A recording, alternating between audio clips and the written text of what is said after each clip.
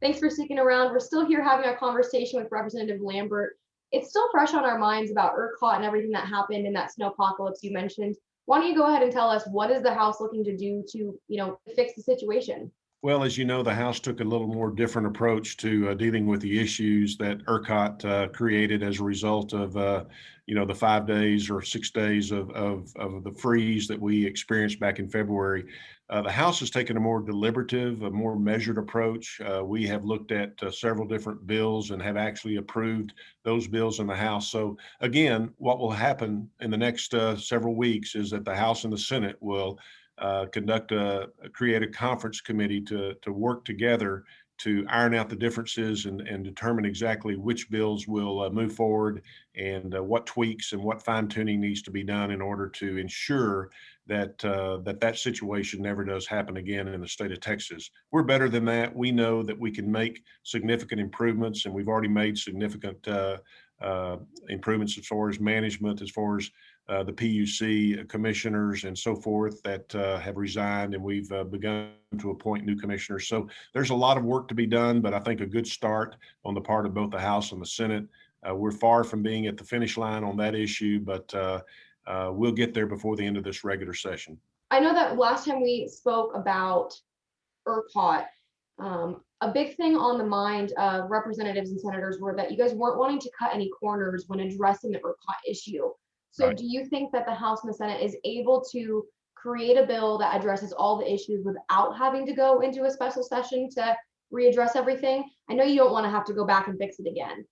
Well, absolutely. And I think this is unprecedented. So to say that one bill is going to fix all the problems that ERCOT created, I think is a little bit too optimistic. So I do think that we may have to come back, maybe not in this session, but in future sessions. And many times these very complex and complicated problems can't be resolved in just one session and one set of legislation that gets passed. So we will do the majority of the work that addresses most of the major issues in this session. Whatever compromises we reach with the Senate will address, again, the majority of those issues. But there will always be some things that will need to be tweaked, and we'll come back in the next regular session and deal with some of those other issues that need to be fine-tuned and looked at. It's just kind of an ongoing process of looking at the data, looking at the issues, and making sure that we're coming up with good solutions. No one wants to rush into developing new policy unless it's really going to fix the problem. And so I think the House's approach, as far as being deliberative and measured, is a better way of trying to address the problems, because this was a very, very complex and a very complicated issue.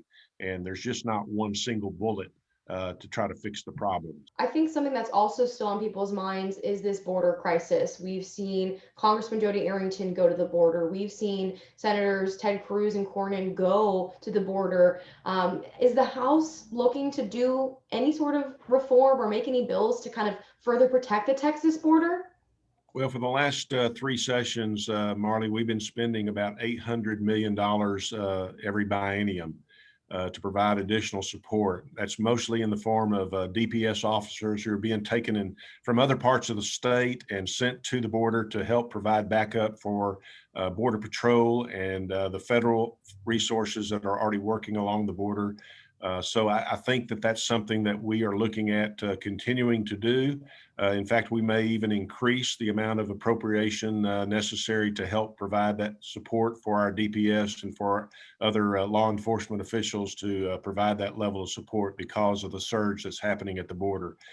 No one wants to see our migrant children coming across without protection, without safety, without being fed, without being clothed, without getting some medical help when needed. So I think one of the issues that we've got to make sure that we address is taking care of those what I call vulnerable children and the health of the people that are coming across. But at the same time, I think we've got to make sure that we're doing our best to try to reinforce the laws that are currently in effect, and that is immigration does have a set of laws. Maybe they do need to be reformed at the federal level, and our federal government has kicked the can down the road too many times on that particular issue. But I think the House is making steps to provide those additional resources. Could be in the form of another $200 million a year, so that number could be up to $1 billion every biennium before we finish this session.